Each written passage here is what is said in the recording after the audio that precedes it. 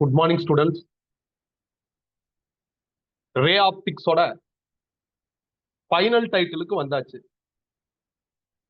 இன்னைக்கு நாம microscope and telescope இத பத்தி தான் டிஸ்கஸ் பண்ண போறோம். ஏன்னா லென்ஸ் படிச்சிட்டோம்னா மைக்ரோஸ்கோப் டெலஸ்கோப் படிக்கிறது ஈஸி. ஆல்ரெடி ரே ஆப்டிக்ஸ்ல பிளேன் மிரர் கம்ப்ளீட்டா முடிச்சிட்டோம். ஸ்பெரிக்கல் மிரர் முடிச்சாச்சு. ரிஃப்ராக்ஷன் அப்படிங்கிற அந்த அந்த அந்த கான்செப்டுக்குள்ள போய் டோட்டல் இன்டர்னல் ரிஃப்ளெக்ஷன் அப்படிங்கிற ஒரு டைட்டில் படிச்சு சில ப்ராப்ளம்ஸ் பார்த்திருக்கோம். பிரிசம் முடிச்சாச்சு. ரிஃப்ராக்ஷனை பேஸ் பண்ணி தான் பிரிசம் இருக்கு. லென்ஸை கம்ப்ளீட்டா முடிச்சிட்டோம். ஸோ இன்னைக்கு மைக்ரோஸ்கோப் அண்ட் டெலஸ்கோப் பார்க்க போறோம். மைக்ரோஸ்கோப்னா என்ன? ஒரு சின்ன ஆப்ஜெக்ட மேக்னிஃபை பண்ணி காமிக்கிற ஒரு டிவைஸ் தான் மைக்ரோஸ்கோப். இந்த மைக்ரோஸ்கோப்ல ரெண்டு வெரைட்டி இருக்கு நம்ம சிலபஸ் படி. ஒன்னு சிம்பிள் மைக்ரோஸ்கோப், இன்னொன்னு காம்பவுண்ட் மைக்ரோஸ்கோப். சிம்பிள் மைக்ரோஸ்கோப்ல நாம தெளிவா இருந்தா காம்பவுண்ட் மைக்ரோஸ்கோப் இப்படிங்கிறதுக்குள்ள படிச்சிடலாம். அதனால முதல்ல சிம்பிள் மைக்ரோஸ்கோப்பை பார்ப்போம். சிம்பிள் மைக்ரோஸ்கோப்ல ஒரு கான்வெக்ஸ் லென்ஸ் தான் யூஸ் பண்ணுவோம். இந்த கான்வெக்ஸ் லென்ஸை யூஸ் பண்ணி நம்ம ஆப்ஜெக்ட கொஞ்சம் மேக்னிஃபை பண்ணும். ஆப்ஜெக்ட மேக்னிஃபை பண்ணி எரக்ட் அண்ட் வெர்ச்சுவல் இமேஜா மாத்தணும். அந்த லாஜிக்ல சிம்பிள் மைக்ரோஸ்கோப் வேலை செய்யுது. அதாவது நாம வைக்கிற ஆப்ஜெக்டோட இமேஜ் எரக்ட் நேரா இருக்கும், வெர்ச்சுவலா இருக்கும், மேக்னிஃபைடா இருக்கும். இந்த இமேஜ் வர்ற மாதிரி சிம்பிள் மைக்ரோஸ்கோப்பை நாம என்ன பண்ணோம், டிசைன் பண்ணுவோம். சிம்பிள் மைக்ரோஸ்கோப்ல ஒரே ஒரு கான்வெக்ஸ் லென்ஸ் தான் இருக்கும். யாரும் நோட்ஸ் எடுக்க கூடாது, கவனிச்சுட்டே வரணும். பாருங்க, நான் ஃபர்ஸ்ட் பாயிண்ட் என்ன எழுதியிருக்கேன், ஒரு கன்வர்ஜிங் கான்வெக்ஸ் லென்ஸ் தான் வந்து சிம்பிள் மைக்ரோஸ்கோப்ல நான் யூஸ் பண்றதா எழுதியிருக்கேன். ஃபோக்கல் லென்த் ஸ்மாலா இருக்கணும். இந்த மைக்ரோஸ்கோப் யூஸ் பண்ணி நாம எப்படிப்பட்ட இமேஜ் அப்டைன் பண்ண போறோம்னா erect, magnified, virtual image of object obtain பண்ண போறோம். இந்த சிம்பிள் மைக்ரோஸ்கோப்ல இமேஜ் அப்டைன் பண்றதுல ரெண்டு வெரைட்டி இருக்கு. ஒன்னு வந்து என்னன்னா நியர் பாயிண்ட் ஃபோக்கசிங், இன்னொன்னு நார்மல் ஃபோக்கசிங். நியர் பாயிண்ட் ஃபோக்கசிங்ல நான் இமேஜை 25 சென்டிமீட்டர் டிஸ்டன்ஸ்ல வர மாதிரி பண்ணணும் லென்ஸ்ல இருந்து. ஏன்னா பொதுவா ஒரு நல்ல ஹெல்த்தியான ஹியூமன் ஐக்கு 25 சென்டிமீட்டருங்கிறது ஒரு கம்ஃபோர்ட் டிஸ்டன்ஸ். எதை வியூ பண்றதா இருந்தாலும் 25ல வச்சு வியூ பண்ணா நல்லா இருக்கும். இப்ப இதை நான் இப்படி இப்படி வியூ பண்ணா கஷ்டமா இருக்கும். ரொம்ப தூரமா வச்சு பார்த்தாலும் முழுசா தெரியாது. 25 சென்டிமீட்டர்ல வச்சு பார்த்தா கிளியரா இருக்கும். நல்ல ஹெல்த்தியான ஐக்கு சொல்றேன். அப்ப 25 சென்டிமீட்டர்ல இமேஜ் ப்ரொடியூஸ் ஆகுற மாதிரி நாம என்ன பண்ணணும், ஆப்ஜெக்ட பிளேஸ் பண்ணணும் in front of convex lens. அதுதான் நியர் பாயிண்ட் ஃபோக்கசிங்ல பிளான். திருப்பி சொல்றேன், மைக்ரோஸ்கோப்னா ஒரு சின்ன ஆப்ஜெக்ட மேக்னிஃபை பண்ணி காமிக்கிற டிவைஸ் தான் மைக்ரோஸ்கோப். சிம்பிள் மைக்ரோஸ்கோப்ல நம்ம ஒரே ஒரு கன்வர்ஜிங், அதாவது கான்வெக்ஸ் லென்ஸ் யூஸ் பண்ண போறோம். இதுல first case near point focusing. இதுல நம்மளோட பிளான் என்ன அப்படின்னா, இமேஜ் வந்து 25 சென்டிமீட்டர் டிஸ்டன்ஸ்ல அப்ட்ரெயின்ட் ஆகுற மாதிரி ஆப்ஜெக்ட வைக்கணும். அதான் பிளேன். அதான் பிளான். அதே நேரத்துல அந்த இமேஜ் எரக்டா இருக்கணும், வெர்ச்சுவலா இருக்கணும், பெருசாவும் இருக்கணும், ஆப்ஜெக்டோட பெருசா இருக்கணும், மேக்னிஃபைடா இருக்கணும். அந்த மாதிரி நம்ம என்ன பண்ணணும், ஆப்ஜெக்ட கான்வெக்ஸ் லென்ஸ்ல பிளேஸ் பண்ணணும். 25 சென்டிமீட்டருங்கிறது லீஸ்ட் டிஸ்டன்ஸ் விஷன் சொல்லுவாங்க. ஏன் அப்படி சொல்றாங்கன்னா, 25 சென்டிமீட்டருங்கிறது ஆல்வேஸ் என்ன அப்படின்னா, ஒரு நிமிஷம், ஹியூமன் ஐக்கு ஒரு கம்ஃபர்டபுளான ஒரு இடம். அதனால 25 சென்டிமீட்டருங்கிறது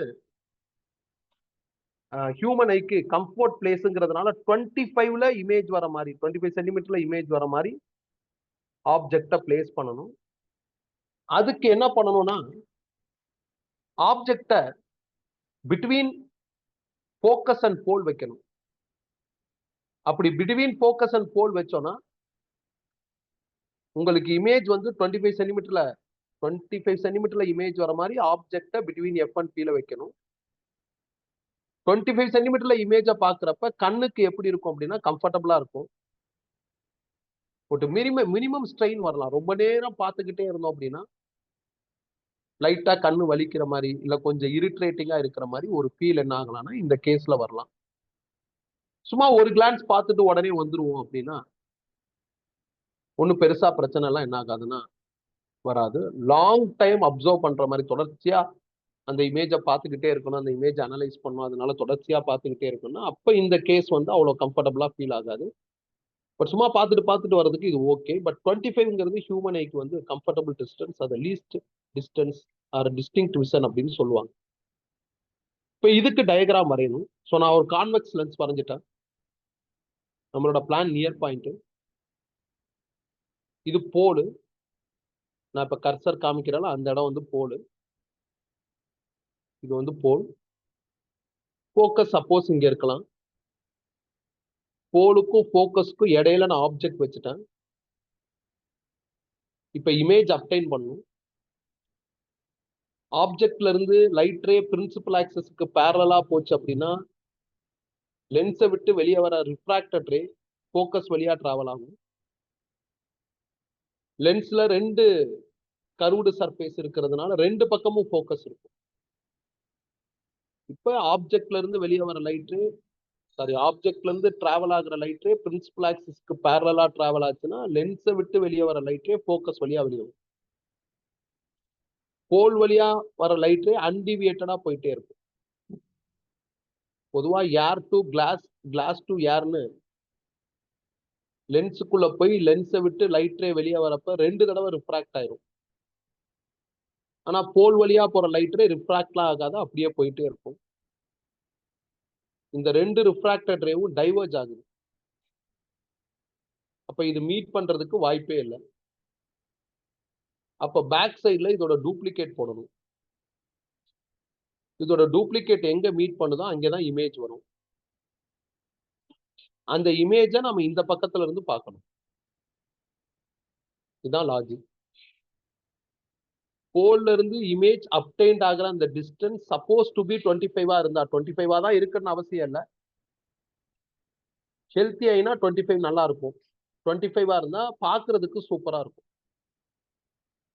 ரொம்ப நேரம் தொடர்ச்சியா பார்த்துக்கிட்டே இருந்தா சப்போஸ் டு பி கண்ணு வலிக்கலாம். சும்மா ஒரு 10 செகண்ட் பாக்குறோம், வந்துடுறோம், எதையோ நோட் பண்ணிக்கிறோம், திருப்பி போய் இன்னொரு தடவை பாக்குறோம் அப்படின்னா இது வந்து செம கம்ஃபோர்ட்டான ஒரு மேக்னிபிகேஷன். அவ்வளவுதான், முடிச்சாச்சு. இதான் டயக்ராம்.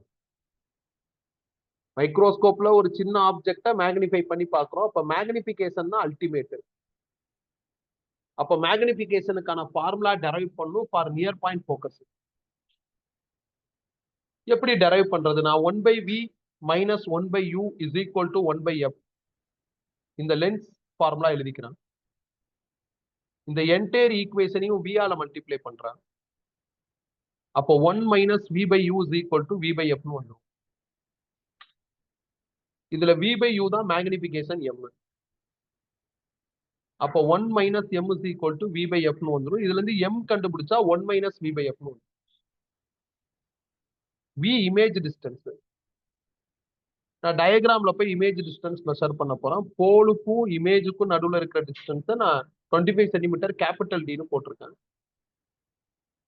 போல்ல இருந்து என் மெஷர்மெண்ட் இப்படி இருக்கு. லைட் ரே டைரக்ஷன் லென்ஸுக்கு இப்படி வருது. லைட் ரே டைரக்ஷனுக்கு ஆப்போசிட்ல மெஷர் பண்றதுனால இமேஜ் டிஸ்டன்ஸ் மைனஸ்ல வரும். அதனால நான் என்ன பண்றேன்னா விக்கு பதில் மைனஸ் டின்னு போட்டேன். கான்வெக்ஸ்ல எஃப் பிளஸ், அதனால எஃப் மெயின்டைன் பண்ணிருக்கேன். இதுதான் magnification formula for near point focusing. நான் ஏற்கனவே சொன்ன மாதிரி இதுல கண்டினியூஸ் வியூ பண்ண போறோம். நம்ம கண்ணை வச்சு அந்த ஆப்ஜெக்டுக்கான இமேஜை தொடர்ச்சியா பார்த்துக்கிட்டே இருக்க போறோம்னா ஒரு ஸ்ட்ரெயின் கிரியேட் ஆகும் ஐல. அப்படி ஃபீல் ஆச்சுன்னா நம்ம நார்மல் ஃபோக்கஸிங் போயிடலாம். நார்மல் ஃபோக்கஸிங்ல பிளான் என்ன அப்படின்னா இமேஜை இன்ஃபினிட்டில அப்டைன் பண்ணும். இமேஜை இன்ஃபினிட்டில அப்டைன் பண்ணா ஆப்ஜெக்ட ஃபோக்கஸ்ல வைக்கணும். அப்ப எந்த ஆப்ஜெக்டோட மேக்னிஃபைடு வெர்சன் பார்க்கணும்னு பிளான் பண்றோமோ அந்த ஆப்ஜெக்டோட லொகேஷன் போக்கஸ் ஆஃப் லென்ஸ்ல இருந்ததுன்னா இமேஜ் உங்களுக்கு என்ன ஆகும்னா இன்ஃபினிட்டில கிடைக்கும். இதான் நார்மல் போக்கசிங். இப்ப நார்மல் போக்கசிங்கான ஃபார்முலாவை டெரைவ் பண்ண போறோம். எப்படி? கவனமா பார்த்துக்கிட்டே வாங்க.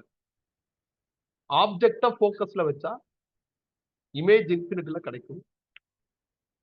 மேக்னிபிகேஷனோட basic formula height of image by height of object. But image இன்ஃபினிட்டில கிடைக்கிறதுனால ஹைட் ஆஃப் இமேஜ் கண்டுபிடிக்கிறது கொஞ்சம் கஷ்டம். அதனால இந்த ஃபார்முலா மேக்னிபிகேஷனோட ரொட்டீன் ஃபார்முலா நம்மளுக்கு இந்த கேஸுக்கு சக்சஸ் ஆகாது. பிராக்டிகலா ரிலேஷன் வந்து நாட் பாசிபிள் இந்த கேஸுக்கு. மித்த கேஸ்ல எடுத்துடலாம், இன்ஃபினிட்டி கேஸ்ல எடுக்கிறது கொஞ்சம் கஷ்டம். அதனால இன்ஃபினிட்டி கேஸுக்கு என்ன பண்றாங்கன்னா ஒரு special formula of magnification intro பண்றாங்க. அதுக்கு பேர் ஆங்குலர் மேக்னிபிகேஷன். அதாவது ஆங்கிள் தீட்டா ஐ, தீட்டானா image angle, subtended by image with the aided eye. Angle theta not subtended by object with unaided eye. Unaided eye na சும்மா நார்மலா நம்ம கண்ணால ஆப்ஜெக்ட பார்த்து ஒரு ஆங்கிள் கால்குலேட் பண்ணோம், அது தீட்டா நாட். லென்ஸ் யூஸ் பண்ணி இமேஜ் அப்டைன் பண்ணி அந்த இமேஜோட ஆங்கிள் கண்டுபிடிக்கணும், அது தீட்டா ஐ. இது ரெண்டுக்கும் நடுவுல இருக்கிற ரேஷியோ தான் angular magnification M. Normal magnification success ஆகாது because object at focus, image at infinity. Image இன்ஃபினிட்டில இருக்குன்னா எங்க இருக்குன்னு நம்மளுக்கு தெரியல, ரொம்ப லாங் டிஸ்டன்ஸ்ல இருக்குன்னு இருக்கும், ரொம்ப பெருசா இருக்கும், ஜைஜாண்டிக்கா இருக்கும் இமேஜ். ஸோ அதனால நம்ம என்ன பண்றோம்னா இந்த ஸ்பெஷல் மேக்னிபிகேஷன் ஃபார்முலாக்குள்ள போயிடுறோம். இப்ப தீட்டா நாட் கண்டுபிடிக்கணும். எப்படி? என் கண்ணு முன்னாடி ஆப்ஜெக்ட் வைக்கிறான், கண்ணால அப்படியே அந்த ஆப்ஜெக்ட பாக்குறேன், என் கண்ணுக்கும் ஆப்ஜெக்டோட அந்த டாப் பாயிண்ட்டுக்கும் நடுவுல ஒரு ஆங்கிள் ஜெனரேட் ஆகும், இதுதான் தீட்டா நாட், ஆப்ஜெக்ட் ஆங்கிள். என்னோட கண்ணு வந்து ஹெல்த்தியா இருந்ததுன்னா 25 சென்டிமீட்டர் டிஸ்டன்ஸ் கம்ஃபர்ட்டா இருக்கும் ஆப்ஜெக்ட வியூ பண்றதுக்கு. அதனாலதான் 25 அப்படின்னு எப்பெல்லாம் வருதோ அப்பெல்லாம் கேபிட்டல் டி போட்டுருவேன். இப்ப இந்த ட்ரையாங்கிள்ல டான் தீட்டா நாட் கண்டுபிடிக்கும். Opposite side H by adjacent side டின்னு வந்துடும். ஆங்கிள் இஸ் வெரி வெரி ஸ்மால்னா டான் தீட்டா நாட்டை தீட்டா நாட்னு எழுதிடலாம், அப்ப ஹெச் பை டின்னு வந்துடும். ஜஸ்ட் வெறும் கண்ணால ஆப்ஜெக்டோட டிப்பை பார்க்கணும், அப்ப ஆப்ஜெக்டோட ஜெனரேட் ஆகிற ஆங்கிள் தான் இது தீட்டா நாட். இப்ப நாம என்ன பண்ணியாச்சுன்னா இந்த ட்ரையாங்கிள் இருந்து டான் தீட்டா நாட்டை அப்டைன் பண்ணியாச்சு. வெறுங்கண்ணால பார்த்தோம்னா அது அன்எய்டட் ஐ. அடுத்து இமேஜ் ஆங்கிள் தீட்டா ஐ கண்டுபிடிக்கணும். அதுக்கு நான் என்ன பண்ணணும் அப்படின்னா ஆப்ஜெக்ட போக்கஸ்ல வைக்கணும். அப்ப நான் திருப்பி கான்வெக்ஸ் லென்ஸ் எடுக்கிறேன், ஆப்ஜெக்ட போக்கஸ்ல வச்சிருக்கேன், அப்ப இமேஜ் இன்ஃபினிட்டில கிடைக்கும்.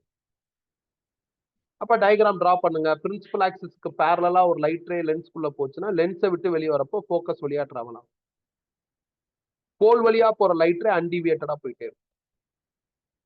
இந்த ரெண்டு லைட் ரேவும் பேரலா போகுது. அப்ப இந்த பக்கமும் மீட் பண்ணாது, டூப்ளிகேட் போட்டாலும் மீட் பண்ணாது. மீட் பண்ணாதான் இமேஜ் எங்க இருக்குன்னு தெரியும், மீட் பண்ணாததுனால இமேஜ் எங்க இருக்குன்னே தெரியாது. அததான் இமேஜ் அட் இன்ஃபினிட்டின்னு சொல்றேன். இப்போ உதாரணத்துக்கு இந்த ஒரு மாதிரி ஒரு ஷேடோ மாதிரி தெரியுதுல, இதுதான் இமேஜ் இருக்கிற இடம்னு வச்சுக்கோங்க, இதான் இன்ஃபினிட்டின்னு வச்சுக்கோங்களேன். அப்ப இந்த இடத்துல ஒரு ட்ரையாங்கிள் ஃபார்ம் ஆகுது பாருங்க. இப்ப நான் கர்சர் காமிக்கிறேன்ல, அதை அப்படியே வச்சு ஒரு ட்ரையாங்கிள் ஃபார்ம் பண்ணுங்களா, அதான் இமேஜ் ட்ரையாங்கிள். இமேஜ் ட்ரையாங்கிளும் இந்த ஆப்ஜெக்டோட ஃபார்ம் ஆகுற இந்த குற்றி ட்ரையாங்கிளும் ஐடென்டிக்கல். அப்ப இமேஜ் இங்க ஃபார்ம் ஆகி இதை தான் நான் இன்ஃபினிட்டின்னு எடுத்துக்கிறேன். நான் இப்ப கர்சர் காமிக்கிற இடம் தான் இன்ஃபினிட்டி. அப்ப இமேஜோட ஃபார்ம் ஆகுற ட்ரையாங்கிளும் ஆல்ரெடி ஆப்ஜெக்டோட ஃபார்ம் ஆயிருக்கிற ட்ரையாங்கிளும் ஒரே மாதிரி இருக்கு. அப்ப ரெண்டு ஆங்கிளும் ஈக்குவல். அதனால இமேஜ் இன்ஃபினிட்டில இருந்தாலும் இன்ஃபினிட்டியை நம்மளால ரெகக்னைஸ் பண்ண முடியலனாலும் ஒரு பிரச்சனையும் கிடையாது. ஆப்ஜெக்ட் ஹைட்டை வச்சே நம்ம இமேஜ் ஆங்கிள் தீட்டா ஐ கண்டுபிடிச்சிடலாம். இதான் லாஜிக். ஏன்னா ரெண்டு ட்ரையாங்கிளும் ஐடென்டிக்கல். அப்ப இந்த ட்ரையாங்கிள்ல இருந்து டான் தீட்டா ஐ கண்டுபிடிங்க. Opposite side H, adjacent side எஃப்னு வந்துடும். Theta is very very small அப்படின்னா டான் தீட்டா ஐ தீட்டா ஐன்னு எழுதிடும். அப்ப தீட்டா நாட் தீட்டா ஐ ரெண்டையுமே நான் கண்டுபிடிச்சிட்டேன். இதை அப்படியே கொண்டு போய் நான் என்ன பண்றேன் அப்படின்னா ஆங்குலர் மேக்னிபிகேஷன் ஃபார்முலால சப்ஸ்டிடியூட் பண்றேன். Theta I by theta nought, theta ஐக்கு பதில் ஹெச் பை எஃப், தீட்டா நாட்டுக்கு பதில் H by D, H H cancel ஆயிடுச்சுன்னா டி பை எஃப். இது நார்மல் போக்கஸிங்கான மேக்னிபிகேஷன் ஃபார்முலா. கொஞ்ச நேரத்துக்கு முன்னாடி நியர் பாயிண்ட் போக்கஸிங்கான மேக்னிபிகேஷன் ஃபார்முலா டெரைவ் பண்ண அது 1 பிளஸ் டி பை எஃப்னு வருது. நார்மல் போக்கஸிங் வெறும் டி பை எஃப்னு வருது. அப்ப நார்மலோட நியர் பாயிண்ட்ல கொஞ்சம் மேக்னிபிகேஷன் 1 அளவுக்கு ஜாஸ்தியா இருக்கு. 1 plus D by F, D by F 1 ஜாஸ்தியா இருக்கு நியர் பாயிண்ட்ல. But D by F ratio ரொம்ப பெரிய நம்பரா இருந்ததுன்னு வச்சுக்கோங்களேன், நார்மல் நியர் பாயிண்ட் மேக்னிபிகேஷன் ஒன்றும் வித்தியாசமா இருக்காது. நார்மல் போக்கஸிங்ல மேக்னிபிகேஷன் 1000, நியர் பாயிண்ட்ல 1001 வருது. 1000க்கும் 1001க்கு என்ன பெரிய வித்தியாசம் இருக்கு? ஸோ அதனால டி பை எஃப் பெரிய நம்பரா இருந்ததுன்னா நார்மலும் நியர் பாயிண்ட்டும் ரிசல்ட் வைஸ் ஒரே மாதிரி தான் இருக்கும். நார்மல் நல்லா பளிச்சுன்னு இருக்கும்பா, கம்ஃபர்டபுளா இருக்கும். ஆனா ரொம்ப நேரம் வியூ பண்றதுக்கு கஷ்டம் சார். நியர் பாயிண்ட் வந்து பளிச்சுன்னு இருக்கும், கம்ஃபர்டபுளா இருக்கும். ரொம்ப நேரம் வியூ பண்றதுக்கு ஸ்ட்ரெயின் ஆச்சுன்னா நம்ம நார்மல் போக்கஸிங் போய்க்கலாம். இப்ப நான் வந்து இதான் மைக்ரோஸ்கோப்பு, ஒரு ஆப்ஜெக்ட் இங்க இருக்கு. நான் இந்த மைக்ரோஸ்கோப்பை, இது ஆப்ஜெக்ட், இது மைக்ரோஸ்கோப்பு, ஒரு லென்ஸ் தான். நான் ஆப்ஜெக்ட் எல்லாம் நவுத்த மாட்டேன். மைக்ரோஸ்கோப்புங்கிற இந்த லென்த்தை அட்ஜஸ்ட் பண்ணா, சாரி லென்ஸோட டிஸ்டன்ஸை மாத்தினோம்னா, இதை நவுத்திக்கிட்டே இருந்தோம்னா ஆப்ஜெக்டுக்கும் லென்ஸுக்கும் நடுவில் இருக்கிற டிஸ்டன்ஸ் மாறும். சப்போஸ் பிட்வீன் எஃப் அண்ட் பில இருந்ததுன்னா இமேஜ் வந்து உங்களுக்கு 25 சென்டிமீட்டர்ல வர மாதிரி அட்ஜஸ்ட் ஆகலாம். சப்போஸ் நான் நவுத்தி ஆப்ஜெக்ட் எஃப் கொண்டு வந்துட்டேன்னா இமேஜ் வந்து இன்ஃபினிட்ல வரும்.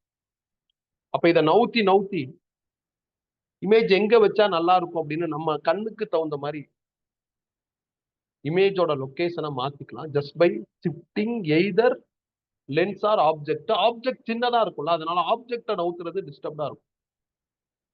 இமேஜை நவுத்துறதா, சாரி லென்ஸை நவுத்துறதா ஈஸி. லென்ஸை நவுத்தணும்னா ஆட்டோமேட்டிக்கா என்ன ஆயிடும், இமேஜ் டிஸ்டன்ஸ் மாறிக்கிட்டே இருக்கும். இங்க பாருங்களேன், நீங்க வந்து நான் திருப்பி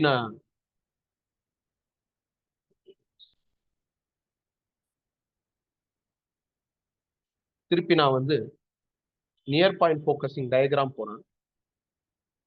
நான் என்ன சொல்றேன்னா, ஆப்ஜெக்ட் இங்க வச்சுட்டீங்க, இமேஜ் இங்க வரணும்.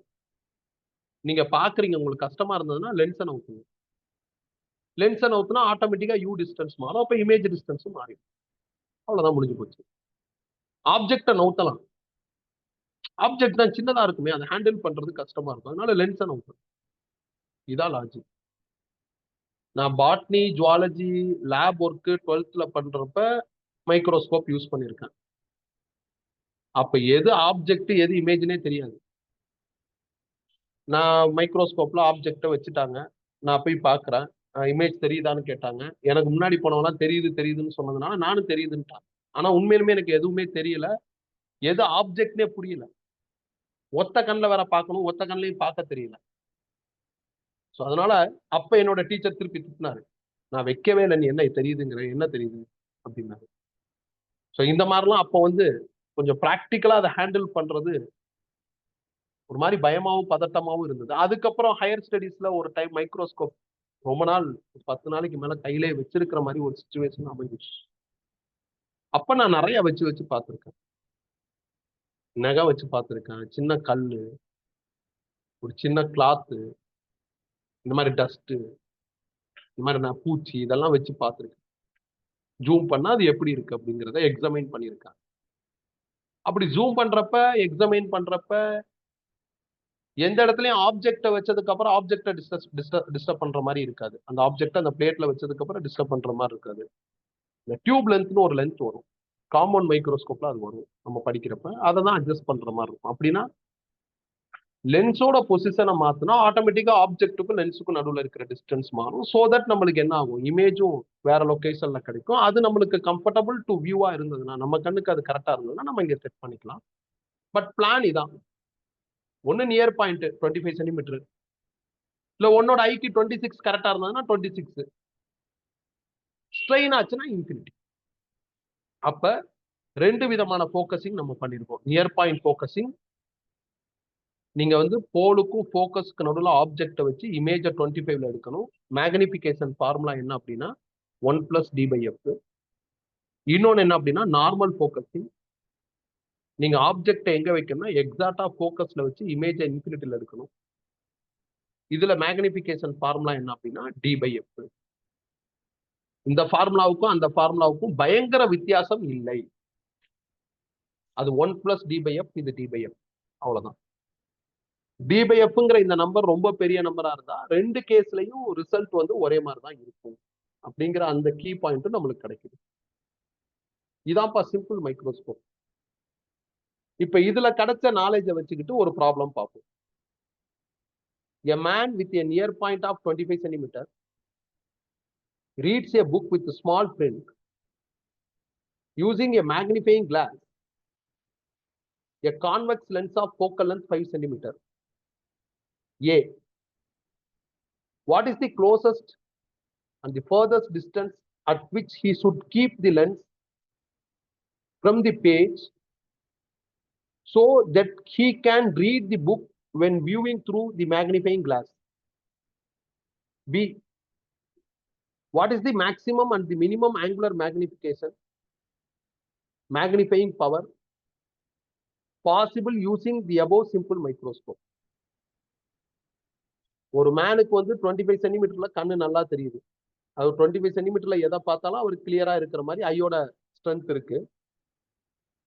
அவர் ஒரு சின்ன புக்ல இருக்கிற லெட்டர்ஸ் ரொம்ப சின்னதா இருக்கு. அது ஒரு லென்ஸ் வழியா பாக்குறாரு. லென்ஸ் வழியா அந்த இமேஜை பாக்குறப்ப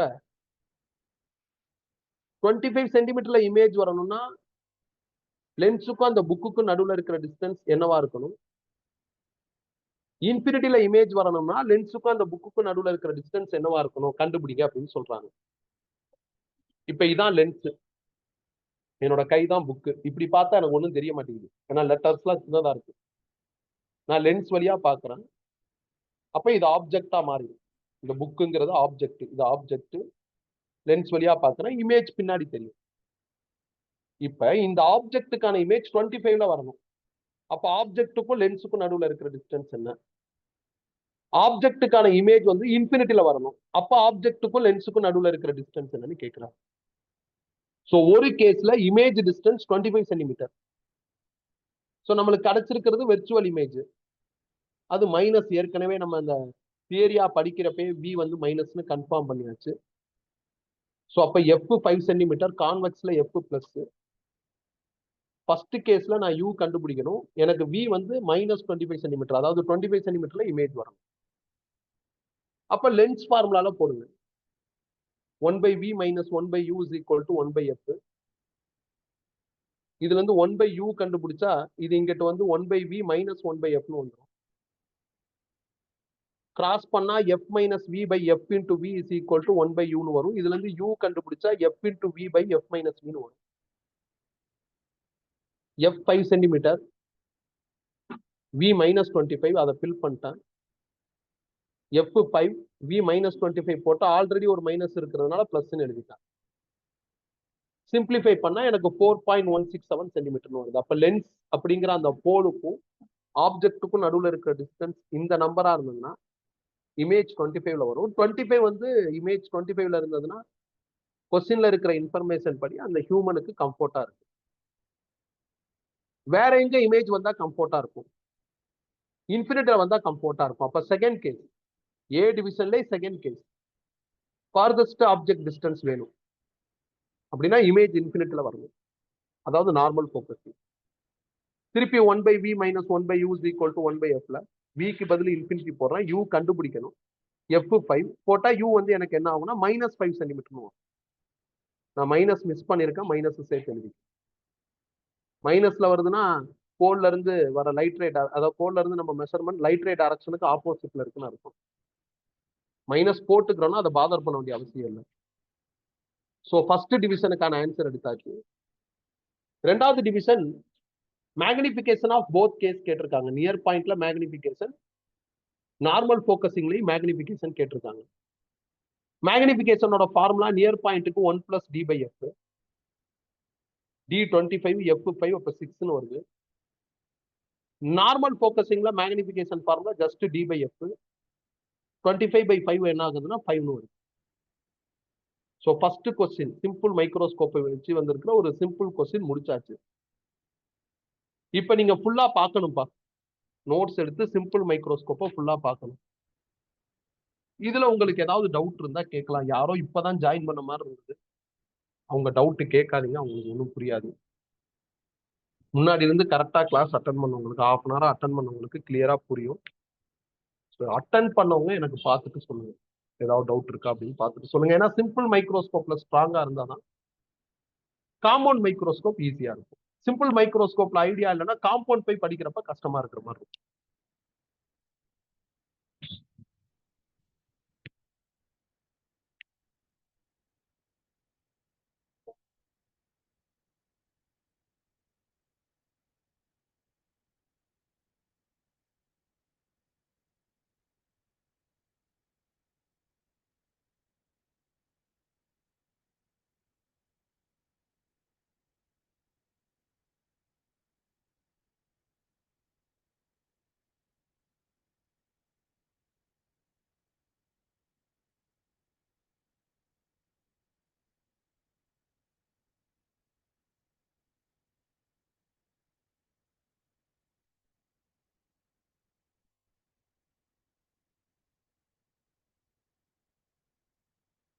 கிளியராப்பா? நெக்ஸ்ட் போலாமா?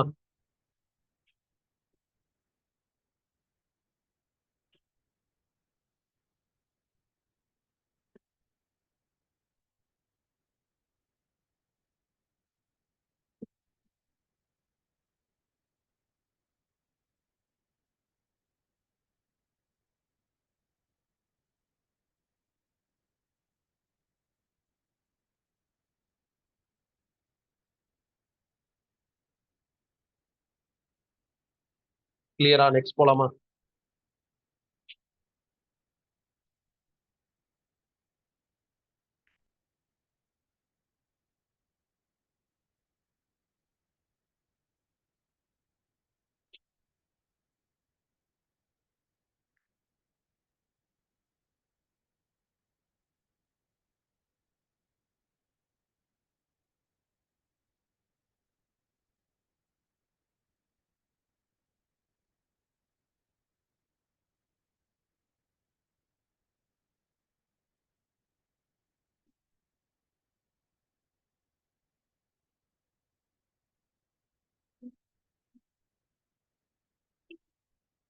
செக் பண்ணுங்க. கிளியரா?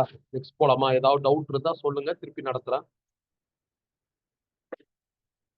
பிட்வீன் எஃப் அண்ட் பி லைட்டா ஒரு தடவை திருப்பி சொல்லிடுறேன், கவனிச்சுக்கோங்க. நியர் பாயிண்ட் ஃபோக்கஸிங்ல நாம என்ன பண்ணணும் அப்படின்னா, பிட்வீன் எஃப் அண்ட் பி பாருங்க, between F and P object வச்சு இமேஜ 25ல எடுக்கணும். இதான் நியர் பாயிண்ட். நார்மல் ஃபோக்கஸிங்ல என்ன பண்ணணும், ஆப்ஜெக்ட ஃபோக்கஸ்ல வச்சு இமேஜ இன்ஃபினிட்டில அப்டேன் பண்ணணும். இமேஜ் இன்ஃபினிட்டில வர்றதுனால சாதா மேக்னிஃபிகேஷன் ஃபார்முலா வேலை செய்யாது. ஆங்குலர் மேக்னிஃபிகேஷன் ஒரு எக்ஸ்ட்ரா ஃபார்முலா இருக்கு. இன்ஃபினிட்டி கேஸ் எல்லாத்துக்கும் ஆங்குலர் மேக்னிஃபிகேஷன் தான். வெறுங்கண்ணால ஆப்ஜெக்ட பார்த்து ஆப்ஜெக்ட் ஆங்கிள், லென்ஸ் வழியா இமேஜ பார்த்து இமேஜ் ஆங்கிள், இமேஜ் ஆங்கிளையும் ஆப்ஜெக்ட் ஆங்கிளையும் டிவைட் பண்ணா மேக்னிஃபிகேஷன். முடிச்சாச்சு. Simple microscope over. இப்ப நான் காம்பவுண்ட் மைக்ரோஸ்கோப் போறேன். கொஞ்ச நேரம் நோட்ஸ் க்ளோஸ் பண்ணிட்டு எல்லாரும் கேர்ஃபுல்லா கவனிங்க. இந்த காம்பவுண்ட் மைக்ரோஸ்கோப்ல நாம 2 லென்ஸ் யூஸ் பண்ணுவோம். ஒன்னு அப்ஜெக்டிவ் லென்ஸ், இதோட ஃபோக்கல் லென்த் வந்து கம்மியா இருக்கும். இன்னொன்னு ஐபீஸ் லென்ஸ், இதோட ஃபோக்கல் லென்த் வந்து நல்லா பெருசா இருக்கும். இப்ப நான் ஆப்ஜெக்ட் ஏபி எடுத்துக்கிறேன். இந்த ஆப்ஜெக்ட அப்ஜெக்டிவ் லென்ஸ்ல வச்சுட்டேன். அப்ப லென்ஸ் முன்னாடி ஆப்ஜெக்ட் வச்சா ஒரு இமேஜ் வரும்ல, அந்த இமேஜ் நம்மளுக்கு எப்படி கிடைக்கணும்னா கம்பல்சரியா எப்படி இருக்கணும்னா ரியல் இன்வெர்டட் என்லார்ஜ்டு இமேஜா இருக்கணும். அதாவது ஆப்ஜெக்டோட இமேஜ் ஹைட் வந்து பெருசா இருக்கும். பாருங்களேன், இப்ப நான் ரே டயக்ராம் வரைய போறேன். ஒரு லைட் ரே பிரின்சிபல் ஆக்சிஸ்க்கு பேரலா ஆப்ஜெக்ட்ல இருந்து லென்ஸுக்கு போச்சுன்னா லென்ஸ்ல இருந்து ரிஃப்ராக்ட் ஆகி வெளியே வரப்போ ஃபோக்கஸ் வழியா வரும். போல் வழியா போற லைட் ரே என்ன ஆகும்னா அன்டிவியேட்டடா போயிட்டு இருக்கும். இவங்க ரெண்டு பேரும் சேர்ந்து எனக்கு இமேஜை ப்ரொடியூஸ் பண்றாங்க. இமேஜை நான் ஏடாஸ் பீடாஸ்ன்னு எழுதுறேன். இமேஜோட ஹைட் ஹெச் டேஷ். இந்த இமேஜ் எப்படி இருக்கணும்னா ஆப்ஜெக்டோட பெருசா இருக்கணும். உண்மையான லைட் ரே மீட் பண்ணி இமேஜ் கிடைச்சிருக்கணும். அப்ப ரியல் இமேஜ் வரணும். தலைகீழா இருக்கணும், இன்வெர்டடா இருக்கணும். இப்ப இந்த ஐபீஸோட போல் இருக்குல்ல, சாரி அப்ஜெக்டிவோட போல் இருக்குல்ல, அதுக்கும் ஆப்ஜெக்டுக்கும் நடுவுல இருக்கிற டிஸ்டன்ஸ் யூன்னு போட்டிருக்கேன். அப்புறம் போலுக்கும் போக்கஸுக்கும் நடுவுல இருக்கிற டிஸ்டன்ஸ் போக்கல் லென்த் f0 போட்டிருக்கேன். முடிச்சாச்சு. இப்ப அடுத்து என்ன? அடுத்து இந்த இமேஜ் அடுத்த லென்ஸ் ஐபீஸ் இருக்குல்ல, அதுக்கு வந்து ஆப்ஜெக்டா பிஹேவ் பண்ணும். பேர்ல இருக்கு பாருங்க, காம்பவுண்ட். ரெண்டு லென்ஸ் யூஸ் பண்ண அவ்வளவுதான். ஃபர்ஸ்ட் லென்ஸ்ல கிடைச்ச இமேஜ் ரெண்டாவது லென்ஸ்க்கு ஆப்ஜெக்ட். இப்ப இந்த image of first lens that is second லென்ஸ்க்கான ஆப்ஜெக்ட் எங்க இருக்கணும்னா ஐபீஸோட போலுக்கும் போக்கஸுக்கும் நடுவுல இருக்கணும். பாருங்க, இதுதான் போக்கஸ். இப்ப நான் கர்சர் காமிக்கிறது போக்கஸ். ஐபீஸ் இங்க இருக்கு. அப்ப போக்கஸுக்கும் ஐபீஸுக்கும் நடுவுல இந்த ஆப்ஜெக்ட்ங்கிற ஃபர்ஸ்ட் லென்ஸோட இமேஜை கொண்டு வந்துட்டீங்கன்னா ஐபீஸ்ல வர ஃபைனல் இமேஜ் நம்மளுக்கு 25 சென்டிமீட்டர்ல கிடைக்கும். 25 சென்டிமீட்டர்ல ஃபைனல் இமேஜ் வராம 26லயோ 27லயோ வருது, நம்மளுக்கு கஷ்டமா இருக்கு, 25க்கு வரணும்னா நீங்க இந்த லென்த், இதை வந்து டியூப் லென்த்னு சொல்லுவாங்க, இதை கொஞ்சம் அட்ஜஸ்ட் பண்ணி இதை நவுத்தணும். இதை கம்ப்ரஸ் பண்ணா இது கொஞ்சம் முன்னாடி வரும், இதை எக்ஸ்பேண்ட் பண்ணா கொஞ்சம் பின்னாடி போயிடும். எப்படியோ ஹெச் டேஷ்ங்கிற ஃபர்ஸ்ட் லென்ஸோட இமேஜ் தட் இஸ் செகண்ட் லென்ஸுக்கான ஆப்ஜெக்டை நீங்க என்ன பண்ணணும் அப்படின்னா எஃப்க்கும் போக்கஸுக்கும் போலுக்கும் நடுவுல வர்ற மாதிரி இதை மேனேஜ் பண்ணிட்டா 25 சென்டிமீட்டர்ல உங்களுக்கு என்ன ஆகும்னா இமேஜ் கிடைக்கும். இல்ல நான் போக்கஸ்லயே வர்ற மாதிரி பண்ணிட்டேன்னா இன்ஃபினிட்டில இமேஜ் கிடைக்கும். 25 சென்டிமீட்டர்ல இமேஜ் கிடைச்சிச்சுன்னா ஐபீஸ் நியர் பாயிண்ட் போக்கசிங்ல வேலை செய்யுதுன்னு அர்த்தம். இன்ஃபினிட்டில ஃபைனல் இமேஜ் கிடைச்சிச்சுன்னா ஐபீஸ் நார்மல் போக்கசிங்ல வேலை செய்யுதுன்னு அர்த்தம். ஐபீஸ் வந்து சிம்பிள் மைக்ரோஸ்கோப் அந்த ஆட்டிடியூடா ஃபாலோ பண்ணும். நீங்க நேரடியா ஆப்ஜெக்ட கொடுக்காம ஆப்ஜெக்டுக்கு ஒரு பெரிய ஆப்ஜெக்ட்ல இருந்து ஒரு பெரிய இமேஜை உருவாக்கி அந்த பெரிய இமேஜை நீங்க ஃபர்தரா ஐபீஸ்க்கு ஆப்ஜெக்டா கொடுக்குறப்ப உங்களுக்கு வந்து மேக்னிபிகேஷன் இன்னும் கிரேட்டரா இருக்கும். காம்பவுண்ட் மைக்ரோஸ்கோப்ல மேக்னிபிகேஷன் பவர்ஃபுல்லா இருக்கும். அதனாலதான் இந்த மைக்ரோஸ்கோப் லேப்ல ரிசர்ச் எல்லாம் அதிகமா யூஸ் பண்றாங்க. அதுல ரெண்டு லென்ஸ் இருக்கும், அப்ஜெக்டிவ், ஐபீஸ். ஐபீஸ் வந்து சிம்பிள் மைக்ரோஸ்கோப் மாதிரி பிஹேவ் பண்ணும். டயக்ராம் வரைஞ்சு பழகிருங்க. ஒரு 2-3 தடவை வரைஞ்சு பாருங்க. போர்டு எக்ஸாம் போறவங்க கண்டிப்பா டயக்ராம் வரைஞ்சுக்கிறோம். என்ட்ரன்ஸ் மட்டும் அப்பியர் ஆகிற நீட் ரிப்பீட்டர் பசங்களுக்கு டயக்ராம் வந்து மைண்ட்ல இருந்தா போதும், வரைஞ்சு பார்க்கணும்னு அவசியம் இல்லை. ஃபைனல் ஃபார்முலா கான்செப்டை நல்லா தெளிவா ஞாபகம் வச்சுக்கணும். இப்போ இது அப்ஜெக்டிவ் லென்ஸ். என்னோட முதல் பிளான் அப்ஜெக்டிவ்க்கு முன்னாடி ஆப்ஜெக்ட் வச்சு இமேஜ் நான் ப்ரொடியூஸ் பண்ணும். ஆப்ஜெக்ட்ல இருந்து ஒரு லைட் ரே பிரின்சிபல் ஆக்சிஸ்க்கு பேரலா போச்சுன்னா போக்கஸ் வழியா என்ன ஆகும் அப்படின்னா டைவர்ஜ் ஆகும். போல் வழியா கன்வர்ஜ் ஆகும். போல் வழியா போற லைட் ரே அன்டிவியேட்டடா போயிட்டே இருக்கும். இவங்க ரெண்டு பேரும் மீட் பண்ற இடத்துல எனக்கு இமேஜ் ஹெச் டேஷ் கிடைக்குது. Image must be real, inverted, என்லார்ஜா இருக்கணும். போலுக்கும் ஆப்ஜெக்டுக்கும் நடுவுல இருக்கிற டிஸ்டன்ஸ் u. போலுக்கும் இந்த ஃபர்ஸ்ட் லென்ஸோட ஃபோக்கஸ் இங்க இருக்கு. இப்ப நான் கர்சர் காமிக்கிறேன், அந்த இடம் தான் ஃபோக்கஸ். நேரா மேல கொண்டு போயிட்டு ஃபோக்கல் லென்த் f0 போட்டிருப்பேன். நாம புத்திசாலித்தனமா இமேஜ் ஆஃப் ஃபர்ஸ்ட் லென்ஸ் அது ஆப்ஜெக்ட் ஆஃப் செகண்ட் லென்ஸா மாத்தணும். ஃபர்தர் லென்ஸுக்கு இதான் ஆப்ஜெக்ட்னா அந்த ஆப்ஜெக்ட் எங்க இருக்கணும்? இந்த லென்ஸோட போலுக்கும் ஃபோக்கஸுக்கும் நடுவுல இருக்கணும். பாருங்க, ஃபோக்கஸ் இந்த இடத்துல வரும், நடுவுல இருக்கணும். அப்படி இருந்தா இமேஜ் 25ல வரும். நீங்க கரெக்டா ஃபோக்கஸ்லயே வச்சுட்டீங்கன்னா இமேஜ் இன்ஃபினிட்ல வரும். நீங்க 25ல வர்ற மாதிரி டயக்ராம் போட்டா போதும். வேணா இன்ஃபினிட்டில வர மாதிரியும் போடலாம். நீங்க இந்த இடத்த என்ன பண்ணலாம், எஃப்இன்னு மார்க் பண்ணணும். இன்னும் இந்த கோடு இங்க இருக்குல்ல, கோடு கொஞ்சம் தள்ளி வந்துருச்சுன்னா உங்களுக்கு ஆப்ஜெக்ட் அட் ஃபோக்கஸ்னு வந்துடும்.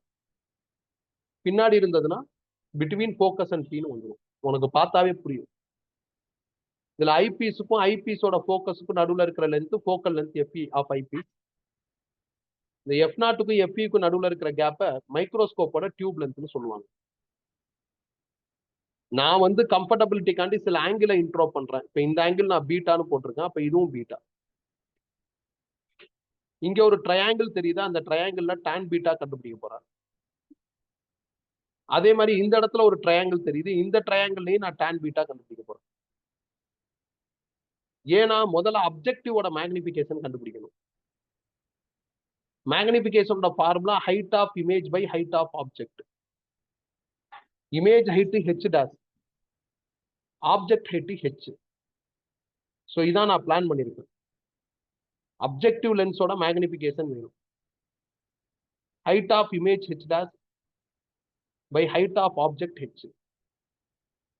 அப்ப இந்த ட்ரையாங்கிள் இருந்து டான் பீட்டா கண்டுபிடிச்சா opposite side H dash by adjacent side எல்னு வரும். அதே மாதிரி இங்க ஒரு ட்ரையாங்கிள் தெரியும். நான் கொஞ்சம் பெரிய டயக்ராம்ல காமிக்கிறேன். இந்த பீட்டாவுக்கு நீங்க இங்க ட்ரையாங்கிள் கன்ஸ்ட்ரக்ட் பண்ணுவோம். இங்க ஒரு டேஷ் லைன் போட்டா இங்க ஒரு ட்ரையாங்கிள் கன்ஸ்ட்ரக்ட் ஆகும். இந்த ட்ரையாங்கிள்ல டான் பீட்டா கண்டுபிடிச்சா opposite side H by adjacent side F நாட்னு வரும். ஏன்னா இது ஹெச்னா இதுவும் ஹெச் தான். ஸோ அப்ப ரெண்டு ட்ரையாங்கிள் நீங்க ஒரு பீட்டா இன்ட்ரோ பண்ணிருக்கீங்க, இதுவும் பீட்டா. ஏன்னா ரெண்டு ஆங்கிள்ஸ் ஈக்குவல். ரெண்டு பீட்டாலையும் டான் பீட்டா டீல் பண்ணுங்க. அப்படி டான் பீட்டா டீல் பண்ணா ஹெச் டாஷ் பை எல் வரும் ஒரு ட்ரையாங்கிள்ல, இன்னொரு ட்ரையாங்கிள்ல ஹெச் பை எஃப் நாட் வரும். நான் அதை தான் இப்ப பண்ணிருக்கேன். ஒரு tan beta H by F naught, இன்னொரு tan beta H dash by L. ரெண்டையும் ஈக்குவேட் பண்றேன். அப்ப H dash by L is equal to H by F naught. ஹெச்சை கீழே கொண்டு வந்துட்டா H dash by H is equal to L by F naught வரும். H dash by H தான் magnification of objective lens M naught is equal to L by F naught. அப்ப இந்த லென்ஸ்ல produce ஆகிற இமேஜோட height இல்ல இமேஜுக்கான மேக்னிபிகேஷனை நாம இப்ப என்ன பண்ணியாச்சு, அப்டைன் பண்ணியாச்சு. அடுத்த லென்ஸுக்கான மேக்னிபிகேஷன் ஃபார்முலா வேணும். அடுத்த லென்ஸ் ஐபீஸ்.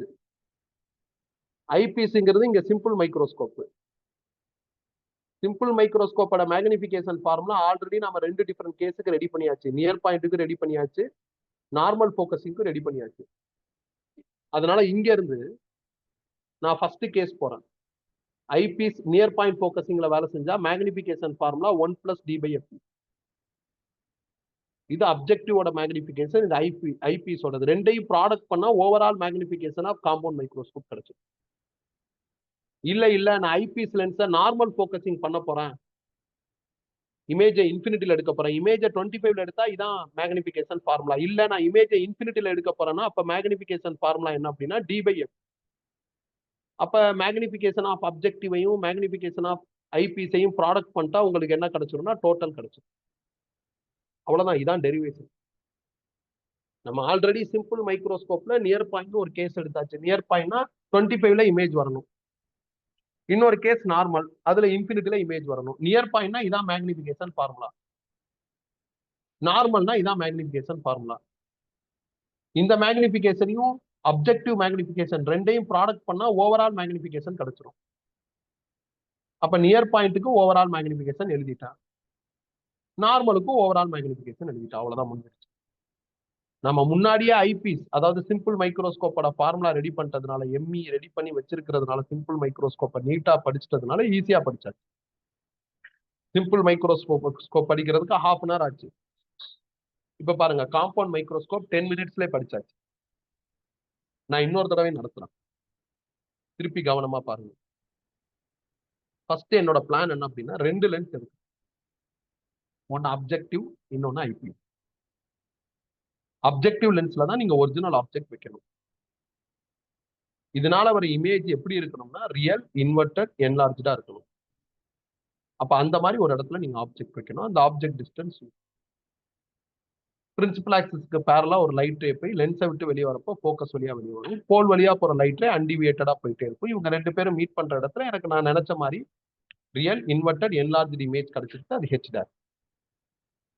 இப்ப பாருங்களேன், இந்த அப்ஜெக்டிவ் லென்ஸோட போலுக்கும் ஃபோக்கஸுக்கும் நடுவுல இருக்கிற டிஸ்டன்ஸ் ஃபோக்கல் லென்த் f0னு போட்டேன். இப்போ இந்த இமேஜ் இருக்குல்ல, அப்ஜெக்டிவோட இமேஜ், அதுதான் ஐபீஸ்க்கு object. Eyepiece simple microscope. Simple மைக்ரோஸ்கோப்னா நம்ம ரெண்டு இடத்துல தான் இமேஜ் உருவாக்குவோம். ஒன்னு 25ல, இன்னொன்னு இன்ஃபினிட்டி. 25ல இமேஜ் வரணும்னா என்ன கண்டிஷன்? ஆப்ஜெக்ட் வந்து ஐபீஸோட போலுக்கும் ஐபீஸோட ஃபோக்கஸ்க்கும் நடுவுல இருக்கணும். பாருங்களேன், இப்ப நான் கர்சர் காமிக்கிற இடம் தான் ஃபோக்கஸ். அப்படியே மேல கொண்டு போய் ஒரு கோடு போட்டிருக்கேன். இந்த கோடுக்கும் போலுக்கும் நடுவுல இருக்கிற கேப் ஃபோக்கல் லென்த் எஃபி. ஆப்ஜெக்ட் எங்க இருக்கு பாருங்க, ஃபோக்கஸுக்கு உள்ள இருக்கு.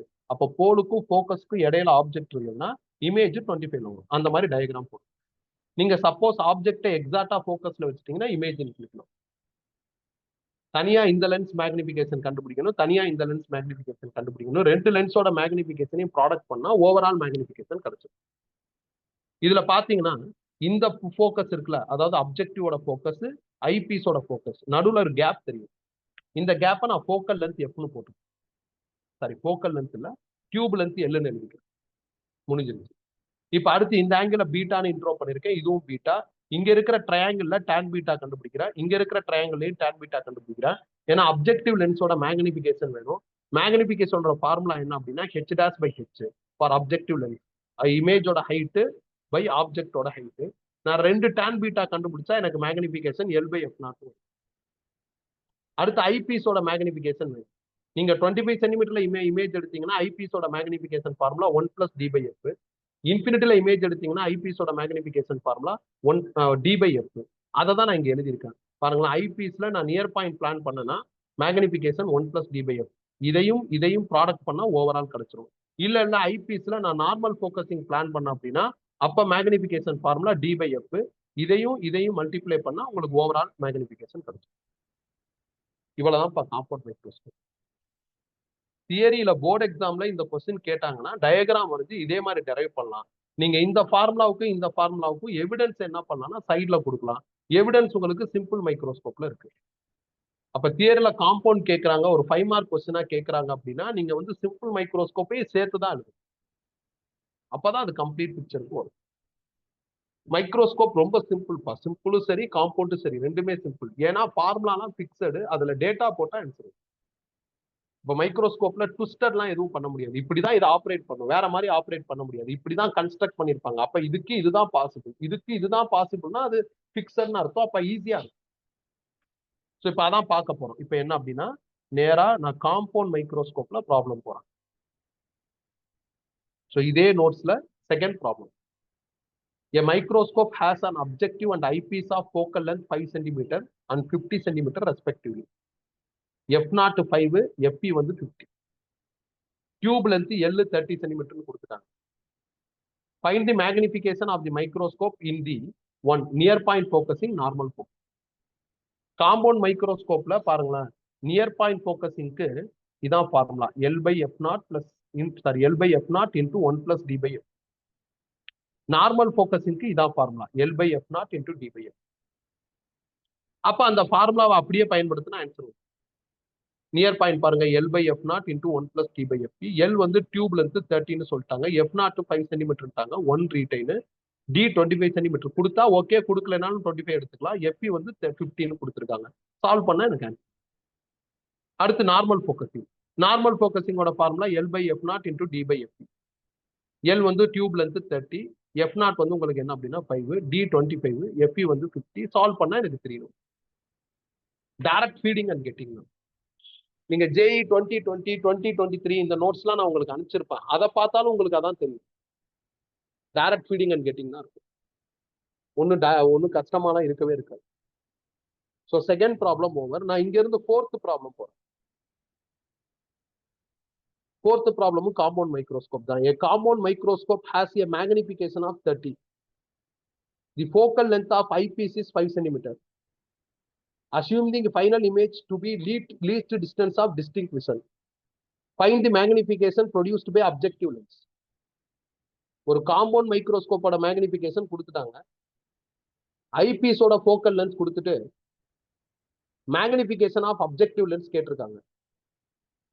காம்பவுண்ட் மைக்ரோஸ்கோப்போட overall magnification is equal to objective magnification ஐபீஸ்னு எழுதலாம். m0 கால்குலேட் பண்ண சொல்லியிருக்காங்க, m கொடுத்துருக்காங்க, meக்கு பதில் ஃபார்முலா எழுதணும். நியர் பாயிண்ட் நியர் பாயிண்ட்னா எம்இயோட ஃபார்முலா 1+d/f. இப்ப டேட்டா போட்டா ஆன்சர் வந்துடும். M30 சொல்லிட்டாங்க, M0 கண்டுபிடிக்கணும், 1+d25, FP வந்து 5 சொல்லியிருக்காங்க. இது சால்வ் பண்ணா 6 வரும். அதை கீழே கொண்டு வந்துட்டா M0 5 வந்துடும். இதான் ஆன்சர். இதுக்குள்ளதான்ப்பா பிளே ஆகும். ஒரு 3 டேட்டா இருக்கும், 2 டேட்டா மிஸ் ஆகும், அதை கண்டுபிடி அப்படிம்பாங்க. இப்படிதான் இருக்கு. இப்ப நீங்க ஒரு கிளான்ஸ் காம்பவுண்ட் மைக்ரோஸ்கோப்பை ஃபுல்லா பாருங்க. நான் நோட்ஸ்ல கொஞ்சம் டயக்ராம் சின்னதா இருக்கிற மாதிரி இருக்கும். நான் அதனால டிஸ்பிளேல இந்த பெரிய டயக்ராமா வைக்கிறேன். நோட்ஸையும் கையில வச்சுக்கோங்க, டிஸ்பிளேவையும் பார்த்துக்கோங்க. ஏதாவது டவுட் இருந்தா கேளுங்க.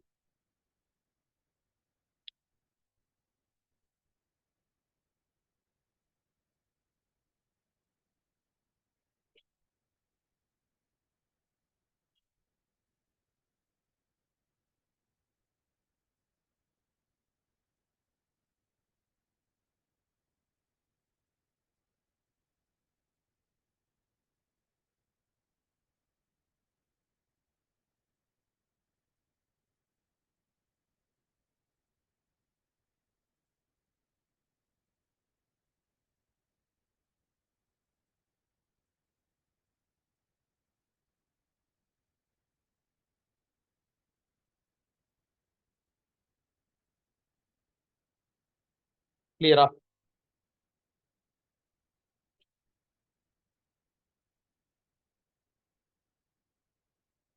ஆப்ஜெக்ட் வைக்கிறீங்க, இமேஜை பெருசா ரியலா எடுக்கிறீங்க, இன்வெர்டடா. அந்த இமேஜ் தான் ஐபீஸ்க்கு ஆப்ஜெக்ட்.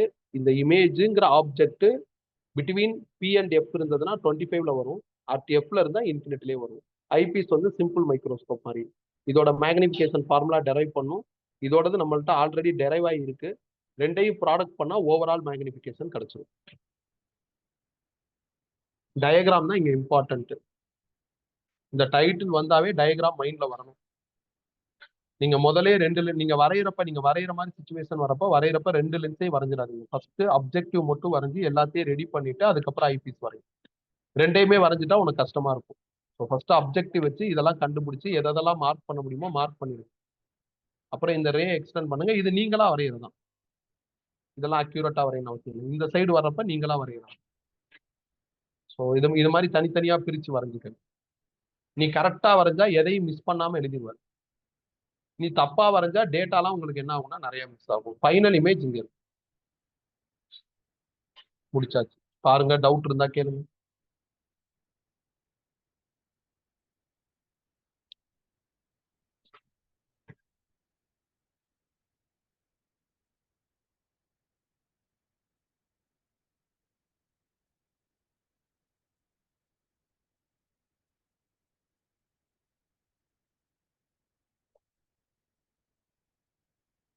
கிளியராப்பா? நெக்ஸ்ட் போலாமா?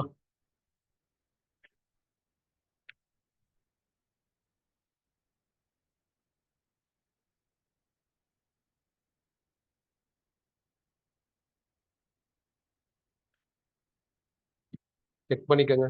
ப்ராப்ளம்ஸ்லாம் ஒரே மாதிரி தான்ப்பா இருக்கும். இப்போ என்ட்ரன்ஸ் நோட்ஸ்ல ஆக்சுவலா இந்த மைக்ரோஸ்கோப்லயும் டெலஸ்கோப்லயும் resolving power of microscope and டெலஸ்கோப்னு ஒரு டைட்டில் இருந்தது. அந்த டைட்டில் வந்து இப்ப டெலிட்டட் சிலபஸ். அந்த டைட்டில் இருந்தா லைட்டா ப்ராப்ளம் ட்விஸ்ட் ஆகும். இப்ப நம்மளுக்கு ஒன்லி மைக்ரோஸ்கோப் டெலஸ்கோப் இருக்கிறதுனால இதுல பெருசா ட்விஸ்டட் ப்ராப்ளத்துக்குலாம் சான்ஸ் இல்லை.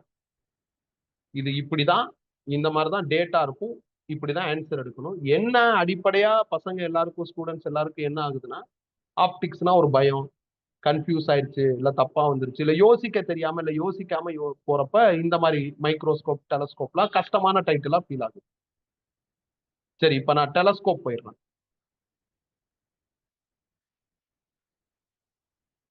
டெலஸ்கோப்னா என்ன? லாங் டிஸ்டன்ஸ்ல இருக்கிற ஆப்ஜெக்ட, ஒரு ஆப்ஜெக்ட் லாங் டிஸ்டன்ஸ்ல இருந்தா நம்ம கண்ணுக்கு சின்னதா தெரியும், அத பக்கத்துல பெருசா மேக்னிஃபை பண்ணி காமிக்கிற டிவைஸ் தான் டெலஸ்கோப். லாங் டிஸ்டன்ஸ்ல இருக்கிற ஆப்ஜெக்ட நியர்பைல மேக்னிஃபைடா காமிக்கிற செட்டப் தான் டெலஸ்கோப். ஆப்ஜெக்ட்னா மேபி பிளானட்ஸ் சொல்லலாம், ஏன்னா எல்லா பிளானட்ஸும் லாங் டிஸ்டன்ஸ்ல இருக்கு. ஸ்டார்ஸ், சன்னு, மூன் கூட லாங்ல தான் இருக்கு. இப்ப நான் அஸ்ட்ரானமிக்கல் டெலஸ்கோப்பை யூஸ் பண்ணி என்ன பண்ணலாம்னா, ரொம்ப தூரத்துல இருக்கிற மூணு, ரொம்ப தூரத்துல இருக்கிற மூணை இங்க பக்கத்துல பெருசா பார்க்கலாம். இதான் இந்த டெலஸ்கோப் பண்ண போகுது. அப்ப இப்ப இங்க வந்து 3 இருக்கிறதா இமேஜின் பண்ணிக்கலாம். இதுலயும் 2 லென்ஸ் யூஸ் பண்ணுவோம். அப்ஜெக்டிவ் அண்ட் ஐபீஸ்னு 2 லென்ஸ் யூஸ் பண்ணுவோம். அப்ஜெக்டிவ் லென்ஸோட ஃபோக்கல் லென்த் வந்து கிரேட்டரா இருக்கும். ஐபீஸோட ஃபோக்கல் லென்த் வந்து கம்மியா இருக்கும். 3ல இருந்து லைட் ரே வருது.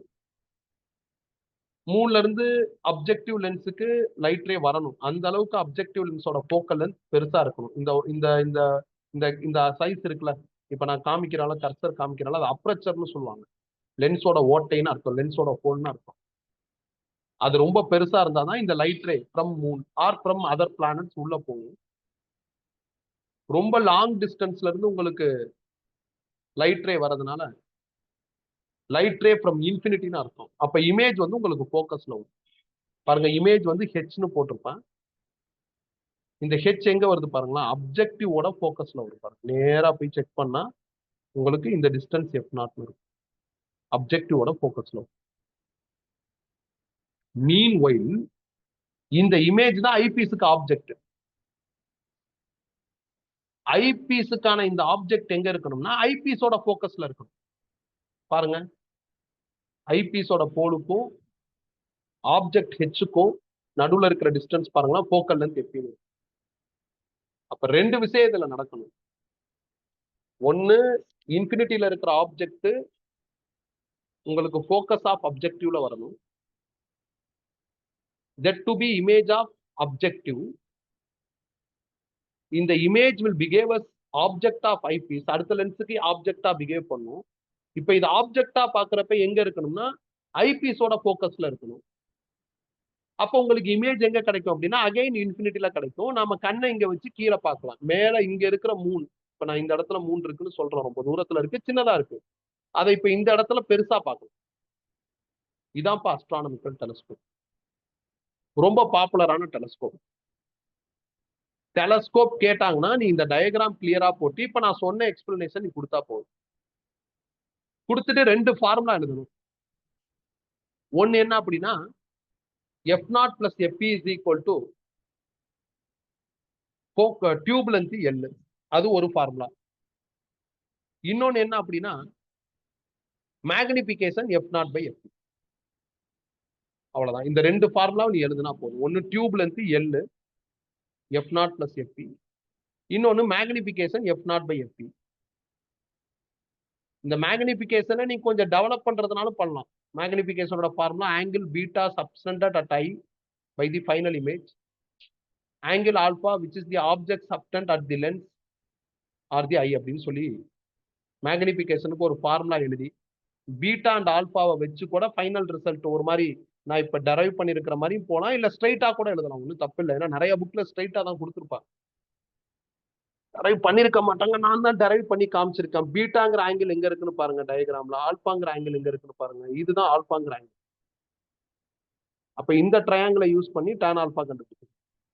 இது பீட்டா. அப்ப இந்த ட்ரையாங்கிளை யூஸ் பண்ணி டான் பீட்டா பண்ணி பண்ணா உங்களுக்கு கிடைச்சிடும். இப்ப டான் ஆல்பா பண்ணா ஹெச் பை எஃப் நாட்னு வரும். டான் பீட்டா பண்ணா இதுவும் ஹெச் தான். அப்ப ஹெச் பை எஃப்னு வரும். அந்த மாதிரி இருக்கும். ஏன்னா போக்கஸ்ல தானே லைட் ரே போகும். அதனால அந்த மாதிரி வரும். ஸோ அதனால அந்த அந்த லாஜிக்ல நீ சிம்பிளா என்ன பண்ணிக்கலாம், ஸ்ட்ரைட் ரிசல்ட்டுக்கே வரலாம். நீ 2 formula magnification focal length 2 formula ஞாபகம் வச்சுக்கிட்டா போகும். மற்றபடி நீ ஒரு எக்ஸ்பிளனேஷன் எழுதணும், தியரினா. அதுவும் நான் எங்க எழுதி வச்சிருக்கேன். நான் எழுதலன்னு நினைச்சேன், எழுதி வச்சிருக்கேன். மேட்டர் இதான், லாங் டிஸ்டன்ஸ்ல ஆப்ஜெக்ட் இருக்கு, which means object at infinity. இன்ஃபினிட்டில இருக்கிற ஆப்ஜெக்டோட லைட் ரே கேப்சர் ஆகிற அளவுக்கு இதோட அப்ரச்சர் இருக்கணும், ஃபோக்கல் லென்த் கிரேட்டரா இருக்கணும். அப்ப இமேஜ் உங்களுக்கு ஃபோக்கஸ்ல வரும். இமேஜ் ஏடாஸ் பீடாஸ் விச் இஸ் ஹெச்னு எழுதியிருக்கேன் பாருங்க. இமேஜுக்கும் ஆப்ஜெக்டோட போலுக்கும், சாரி அப்ஜெக்டிவ் லென்ஸோட போலுக்கும் நடுவில் இருக்கிற டிஸ்டன்ஸ் தான் focal length f0. That image will behave as object of eyepiece lens. Eyepiece lens ஐபீஸ்ல ஆப்ஜெக்ட் எங்க வரும்னா அகைன் ஃபோக்கஸ்ல வரணும். வந்தா ஃபைனல் இமேஜ் அகைன் என்ன ஆகும்னா இன்ஃபினிட்டில கிடைக்கும். இந்த ஃபைனல் இமேஜ் நம்மளுக்கு பக்கத்துல இருக்கிற மாதிரி ஒரு ஃபீலை கொடுக்கும், பெருசா இருக்கிற மாதிரி ஒரு ஃபீல் என்ன பண்ணா ஜஸ்டிஃபை பண்ணும். இதுல magnification formula f0 by fp, then tube லென்த்தோட formula f0 plus fp. 2 formula தெரிஞ்சா போதும். இப்ப இதை வச்சு ப்ராப்ளம் பார்க்க போறோம். So problem number 3. A small telescope has an objective lens of focal length 125 centimeter and an eyepiece of focal length 2 centimeter. What is the magnification of telescope? What is the separation between objective and eyepiece கேக்குறாங்க. ஐபீஸுக்கும் அப்ஜெக்டிவ்க்குள்ள separation தான் tube length. அது இல்லாம magnification கேட்டிருக்காங்க. மேக்னிஃபிகேஷனோட formula f0/fp. அப்போ 125/2 போட்டா 62.5 வந்துரும். ஐபீஸோட tube லென்த்தோட formula f0 + fp. அப்போ 125 + 2 என்ன ஆயிரும்னா 127 சென்டிமீட்டர் வரும். இதோட டெலஸ்கோப் முடிஞ்சிருச்சுப்பா. நோட்ஸ்ல இன்னும் ஒரு சில டெலஸ்கோப்லாம் இருக்கும். ஒரு ரிஃப்ளெக்டிங் டெலஸ்கோப், டெரெஸ்ட்ரியல் டெலஸ்கோப்லாம் இருக்கும். அது நீ படிச்சு பார்த்தாவே புரியும். இன்னும் இப்ப 2 லென்ஸ் யூஸ் பண்ணிருக்கோமா? இங்க பாருங்க, இந்த டெலஸ்கோப்ல நம்ம 2 லென்ஸ் எடுத்திருக்கோமா, அதனால எனக்கு ஃபைனல் இமேஜ் கீழே வருது. எனக்கு ஒரு மாதிரி அன்ஈஸியா இருக்கு ஃபைனல் இமேஜ் கீழே வருது. அதனால நடுவுல இன்னொரு லென்ஸ் போட்டு ஃபைனல் இமேஜை மேலே வர மாதிரி பண்ணணும். அது ஒரு வகையான டெலஸ்கோப். அதுக்கான டயக்ராம் நோட்ஸ்ல ஒட்டி வச்சிருப்பேன். அப்புறம் ரிஃப்ளெக்டிங் டெலஸ்கோப் அப்படின்னு இன்னொரு டயக்ராம் கொடுத்திருப்பேன். ரிஃப்ளெக்டிங் டெலஸ்கோப்ல மிரர் யூஸ் பண்ணுவாங்க. லென்ஸோட மிரர் வெயிட் கம்மியா இருக்கும். மிரர்ல ஒரு சைடு சில்வர் கோட்டிங் இருக்கிறதுனால டேமேஜ் ஆனாலும் பிரச்சனை இல்லை. லென்ஸ்ல 2 சைடுமே நல்லா இருக்கும். ஸோ அப்போ ரிஃப்ளெக்டிங் டெலஸ்கோப் நார்மல் அஸ்ட்ரானமிக்கல் டெலஸ்கோப்போட better to operate, to handle அப்படின்னு சில கம்பேரிசன் மாதிரி தான் இருக்கும். எப்படி வேலை செய்யுதுங்கிறதெல்லாம் கொடுத்துருக்க மாட்டாங்க, எந்த புக்லயும் இருக்காது. ஸோ நம்ம அந்த அளவுக்கு அதை படிச்சுக்கிட்டா போதும். இதோட மைக்ரோஸ்கோப், டெலஸ்கோப் முடிஞ்சிருச்சு. இப்ப டெலஸ்கோப்பை பார்த்துட்டு அதுல ஏதாவது டவுட் இருந்தா கேளுங்க. மைக்ரோஸ்கோப்னா ஒரு சின்ன பொருளை பெருசாக்கி காமிக்கணும், நாம ஆப்ஜெக்டை வைக்கணும். டெலஸ்கோப்னா லாங் டிஸ்டன்ஸ்ல இருக்கிற ஒரு பெரிய ஆப்ஜெக்ட் நம்ம கண்ணுக்கு சின்னதா தான் தெரியும். அதை நாம என்ன பண்ண போறோம்னா பக்கத்துல பெருசா மேக்னிஃபை பண்ணி பார்க்க போறோம்.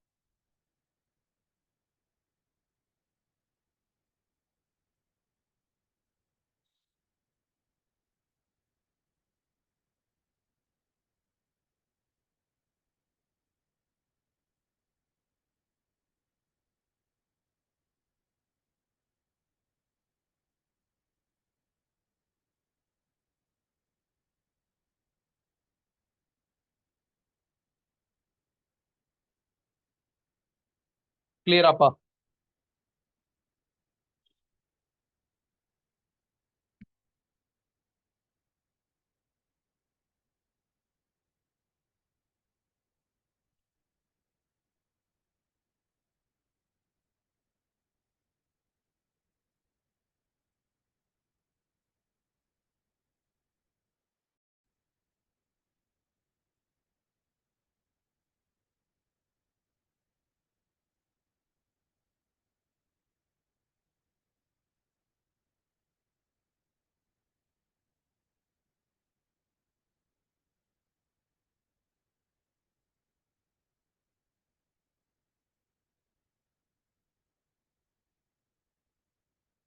கிளியரா? நெக்ஸ்ட் போலாமா?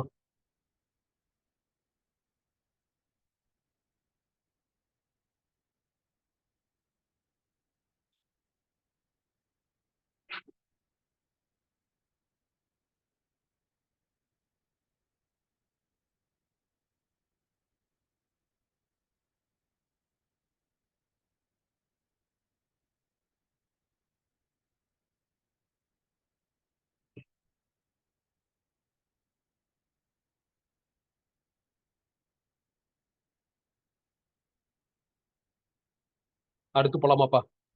பாருங்க.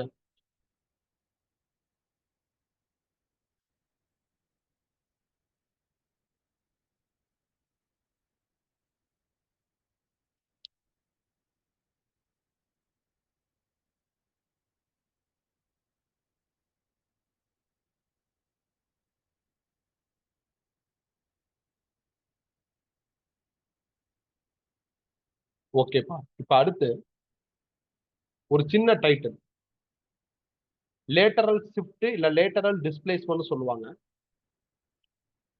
நம்மளுக்கு இது சிலபஸ்ல இருக்கா இல்லையா அப்படின்னு தெரியாத மாதிரியான ஒரு டைட்டிலா இருக்கு.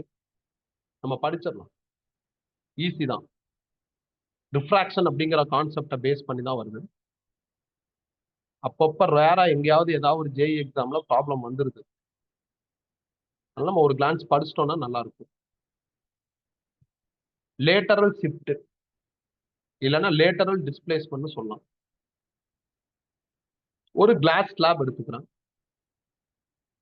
இது ஃபுல்லா கிளாஸ்பா. இது ஃபுல்லா கிளாஸ்னா இந்த பக்கமும் இந்த பக்கமும் ஏர். ஒரு லைட் ரே ஏர்ல இருந்து கிளாஸ்க்குள்ள போயிட்டு திருப்பி கிளாஸ்ல இருந்து ஏருக்கு வருது. அப்ப 2 தடவை ரிஃப்ராக்ட் ஆகும். இந்த கிளாஸ் ஸ்லாபோட திக்னஸ் டீன்னு எழுதியிருக்கேன். Incident ray A B. இது இங்க ஒரு நார்மல் போட்டுருங்க.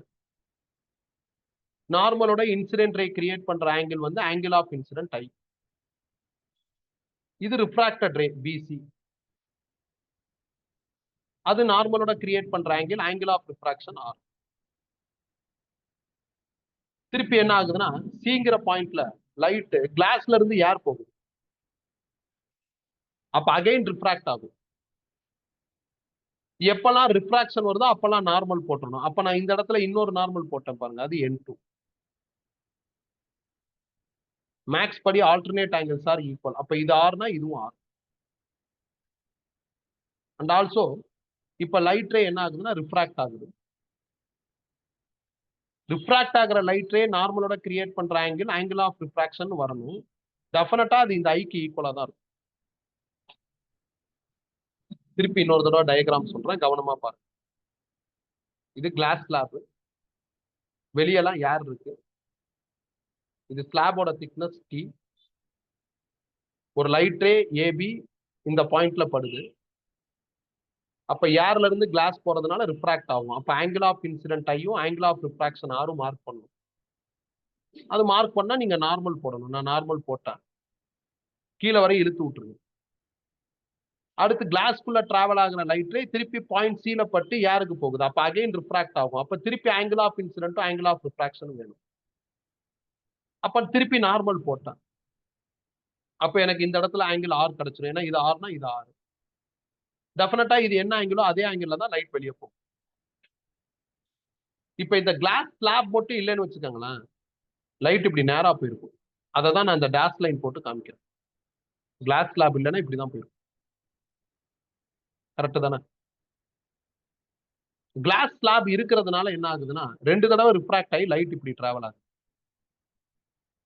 அப்ப லைட் ஒரிஜினலா டிராவல் பண்ண வேண்டிய ரூட்டுக்கும்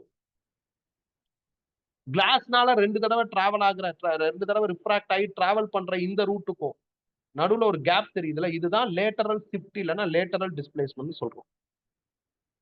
இதை கண்டுபிடிக்கணும். இதை கண்டுபிடிக்கிறதுக்கு நான் சீல இருந்து ஒரு பர்பெண்டிகுலர் லைன் போடுறேன்.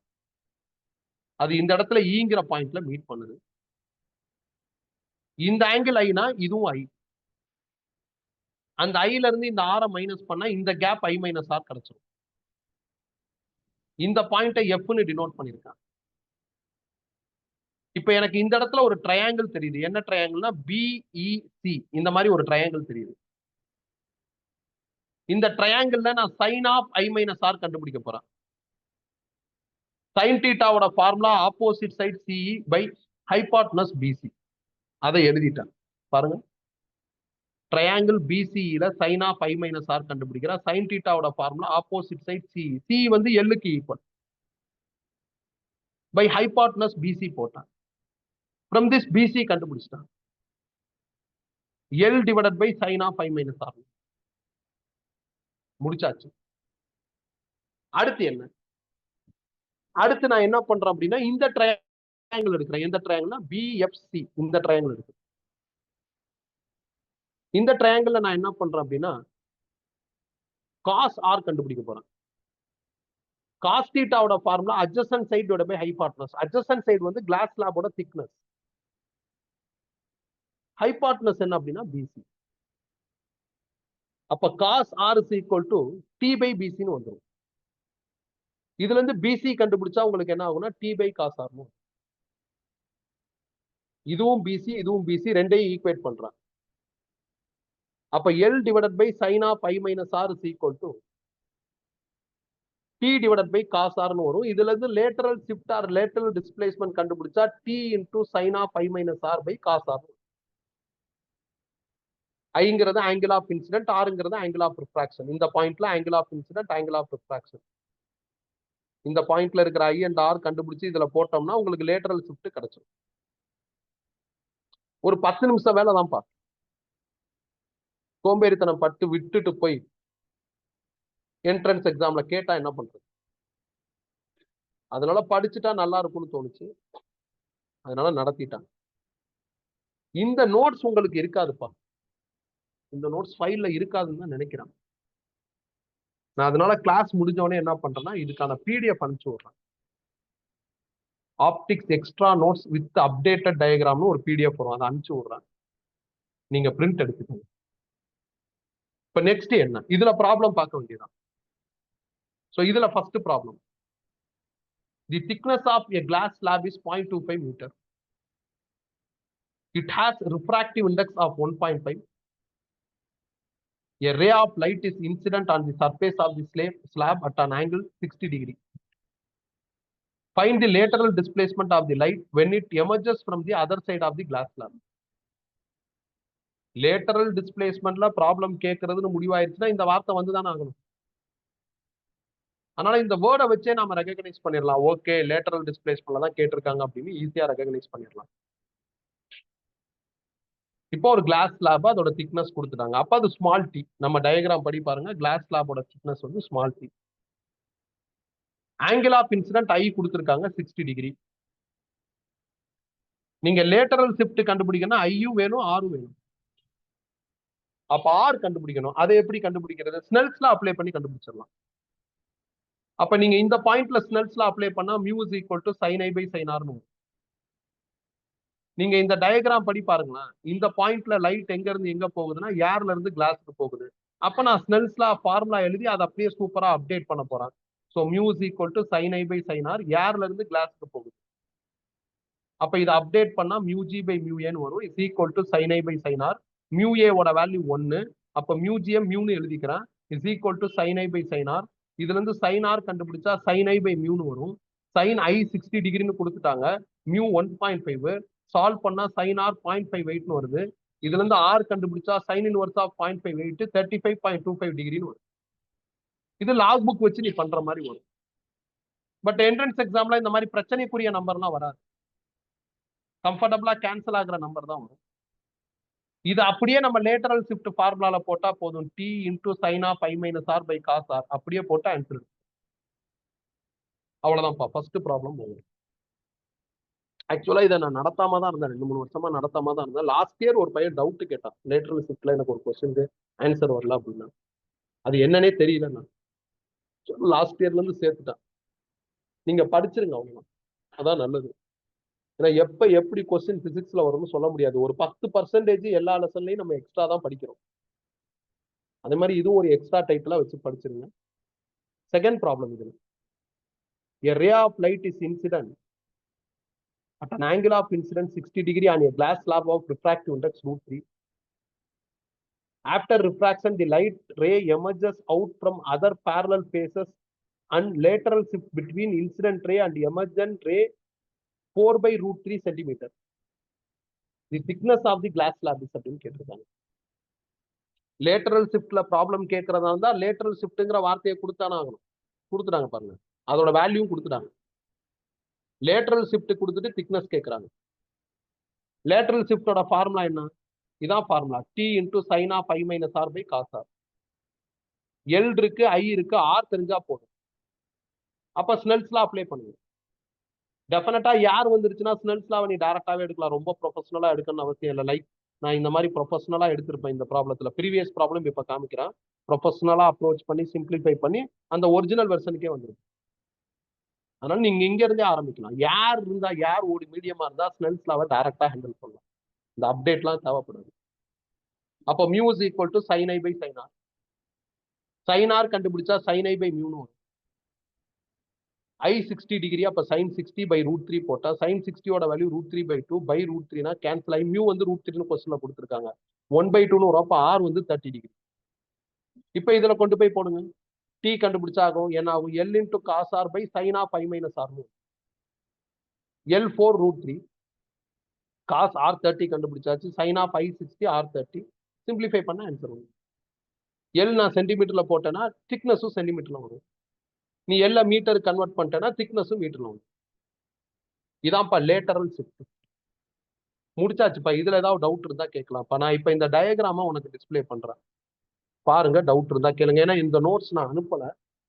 இப்ப நான் உங்களுக்கு அனுப்பிச்சு விட்டுறேன். நீங்க இதை பாருங்க. பாக்குற கேப்லயே நான் உங்களுக்கு என்ன பண்ணிடுறேன்னு அனுப்பிச்சு விடுறேன்.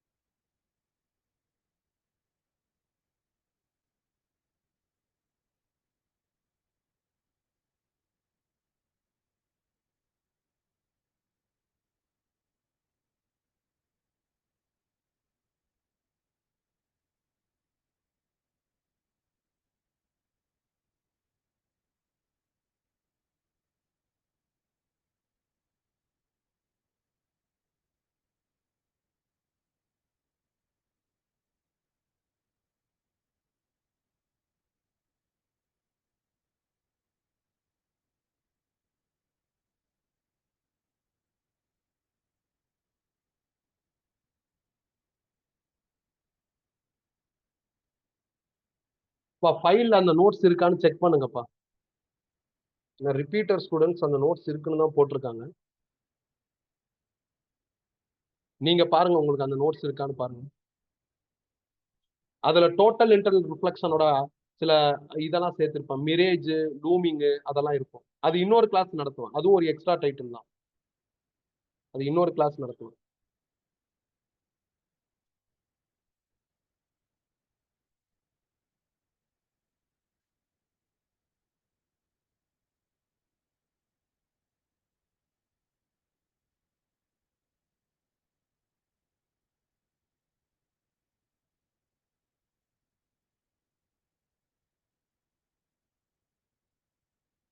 சௌமா ஸ்டூடெண்ட்ஸ் நோட்ஸ் இருக்கா பாருங்க, ஃபைல செக் பண்ணுங்க. ஓகேப்பா, பிரச்சனை இல்லை. ஒரு சின்ன டவுட் வச்சேனா இல்லையான்ட்டு. வச்சுட்டேன்னா அப்ப நீங்க இதை படிச்சிடணும்னு அர்த்தம். இப்ப இன்னொரு செக்மெண்ட் வரும் இதுலயே. டோட்டல் இன்டர்னல் ரிஃப்ளெக்ஷன் பத்தி கொஞ்சம் டிஸ்கஸ் பண்ணும். டைமண்ட் எப்படி வேலை செய்யுது, டைமண்ட் ஏன் கிளிட்டர் ஆகுது, மிரேஜ்னா என்ன, லூமிங்னா என்ன, அப்புறம் வந்து ஸ்னெல் விண்டோன்னு ஒரு கான்செப்ட், இது பார்க்கணும். இது வந்து நான் உங்களுக்கு இன்னொரு நாள் நடத்துவேன். என்னைக்கு நடத்துவோம் அப்படின்னா, சப்போஸ் அடுத்த கிளாஸ்ல நடத்திட்டு ஹைஜென்ஸ் பிரின்சிபல்ஸ் போவோம். அந்த மாதிரி ஏதாவது ஒரு கிளாஸ் நடத்துவோம். இல்லை ஒரு 2-3 கிளாஸ் இல்லை கடைசியா நடக்கும். ஸோ இன்னைக்கு ஓவர்ப்பா கிளாஸ். உங்களுக்கு ஏதாவது டவுட் இருந்தா நீங்க டவுட் கேட்கலாம். டவுட் இல்லைன்னா லாக் அவுட் ஆயிக்கலாம். மிச்சம் அடுத்த கிளாஸ் பார்ப்போம்.